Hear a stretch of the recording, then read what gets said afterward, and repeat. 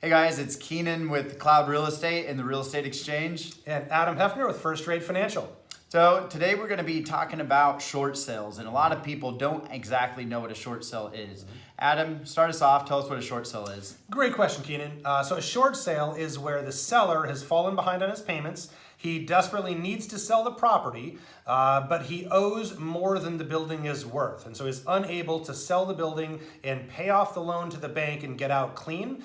And so what he's going to ask the bank to do is to take a haircut on what is owed on the property.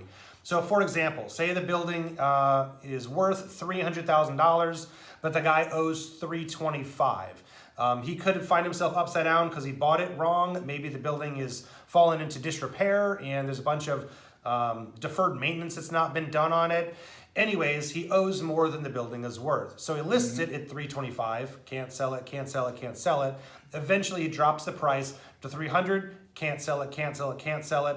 Ends up selling it at $275,000, but he still owes $325,000 on it. Now he's upside down and has to ask the bank to take a $50,000 loss. So the bank is accepting less than the amount owed, which is called selling it short.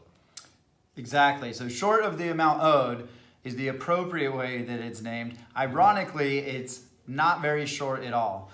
Yeah. Oftentimes we see in excess of 100 days under contract when we're going through a short sale process.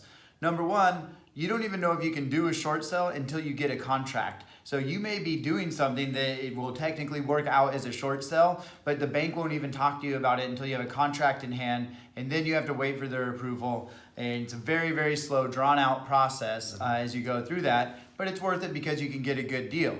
That's exactly right. And there's essentially two different negotiation periods. So first you negotiate with the seller, the guy that lives in the house. Once he has come to terms on your offer, then the offer goes to the bank that has got the lien on the property, and they will either accept or reject that offer.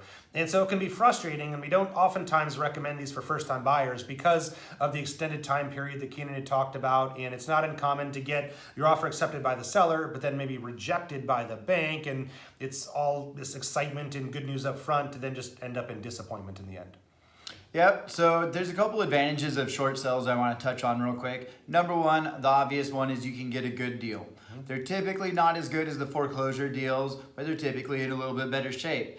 With short sales, people are still usually living in it, so you don't have to worry about things like broken pipes and frozen boilers. They can cost you $15,000 to $20,000. The other advantage of a short sale is even if you're not the first person in line, you're probably the one that's going to end up in the property because, like I said, it takes usually over 100 days. That's with our team doing it. We do a lot of short sales, and we know exactly how to talk to the banks and how to harass them to get them to take action as quickly as possible. But normally the person in first position, sometimes it's an owner-occupant, sometimes it's an investor. Either way, no one wants to wait 100 days to close on a property.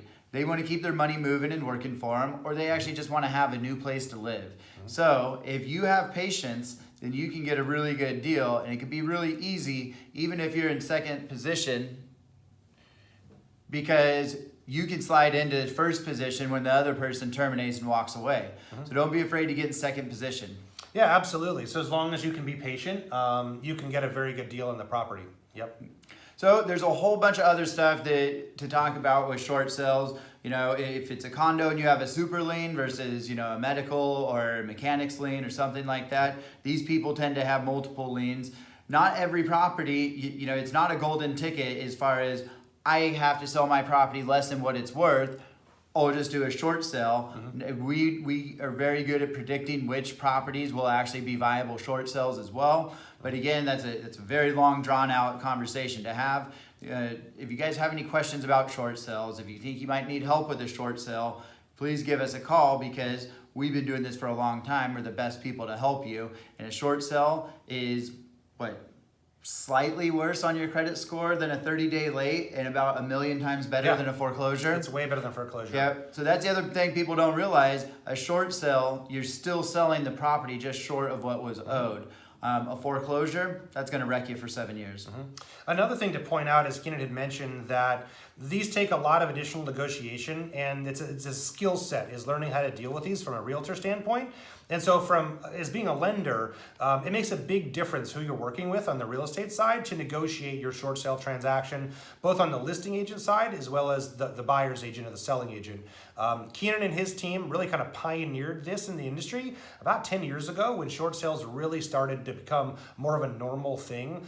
Keenan and his team are right there at the forefront of that, and they're some of the best that I've seen in this market when it comes to negotiating a short sale. So having a pro on your side makes a big difference. Thanks, guys. We'll talk to you later. See you soon.